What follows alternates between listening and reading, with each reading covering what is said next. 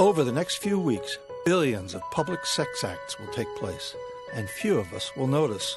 It's time for treesex, time for the air to fill with the flowery aroma of treesex, with clouds of pollen and with bees, flies, beetles, moths, butterflies, and hummingbirds doing the tree's bidding.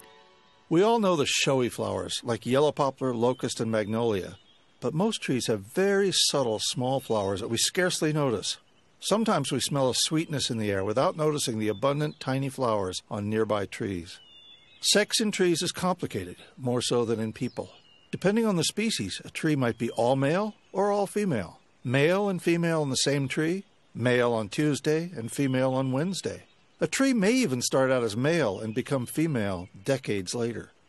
If you're fixed to the ground, you can't go out on dates. So how does tree sex happen? One thing is for sure. Trees don't have sex with themselves.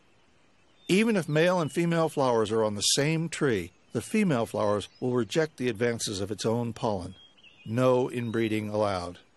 Trees would have trouble finding suitable mates if it weren't for the dating services provided by wind and animals. Wind is not a reliable matchmaker. Trees like birch that depend on wind have to produce billions of pollen grains and fling them into a passing breeze. Each pollen grain has only a tiny chance of landing on a receptive female flower of the same species at the right time. Yet most of the trees in the bluegrass toss their pollen into the wind.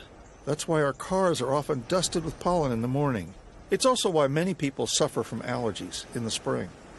The clouds of pollen in the air and the thick coatings on streets and cars are impressive. But it is even more impressive that enough of these pollen grains manage to land at random on the right flower at the right time so that the tree can bear seeds.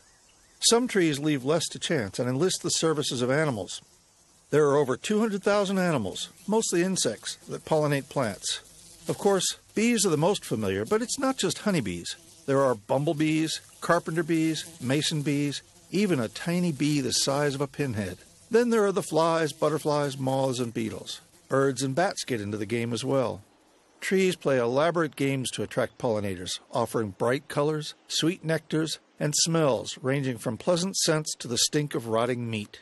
Flowers are specially constructed not only to attract animals, but to efficiently put pollen on their bodies and ensure that it rubs off on a willing female flower.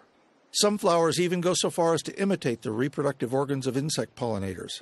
All of this elaborate behavior is in the service of one thing: sex. Nearly every tree you see is engaged in some kind of sex in the spring. As you walk around town or go for a hike in the woods, see if you can spot signs of tree sex.